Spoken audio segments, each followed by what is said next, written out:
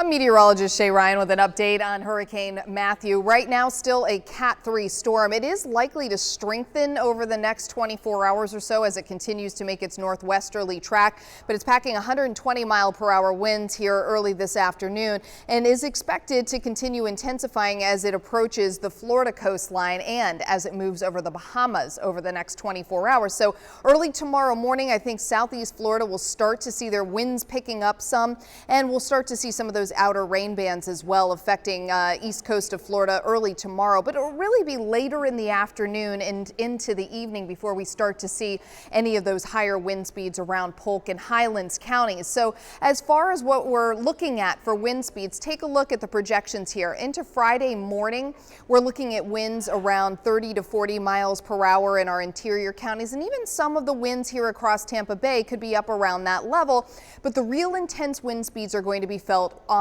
the east coast of Florida. In fact, take a look as we put this forward a bit here around Friday at 5 o'clock in the afternoon. That's where we have the very intense hurricane force winds anywhere around Titusville into Daytona Beach. And again, they will be farther south from Melbourne Beach into the West Palm Beach area earlier in the day on Friday. But you can see here in Polk and Highlands counties, we're still looking at winds that are primarily between 30 to 40 mile per hour gusts. And these are gusts. Now, we could see gusts up to 50 to 55 miles per hour in Polk and Highlands County. That's the main concern for our area. And as we look at rainfall potential, it's really not that significant across Tampa Bay. We're looking at a pretty typical summer afternoon weather as far as Tampa is concerned, across Hillsborough and Polk counties, even into Pasco, Hernando, Citrus, all looking pretty good. Our southern counties as well. It's again Sumter, eastern Polk County especially, and into Highlands County where we'll get some of the higher rainfall totals, but we're still looking at the 1 to 3 inch range. Nothing too dramatic.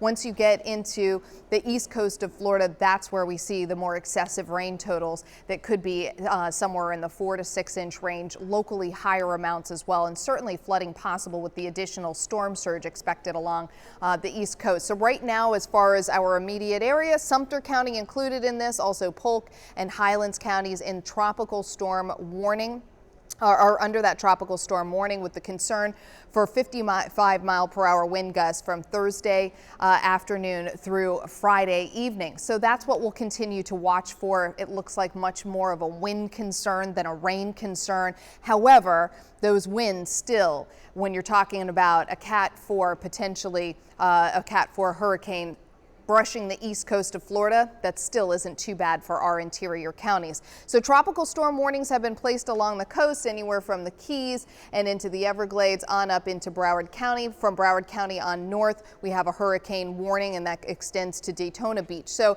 if you had plans to head out over to the east coast of Florida here over the next 2 days, definitely want to check ahead for those concerns. And also, you may find some cancellations at area hotels and resorts as well.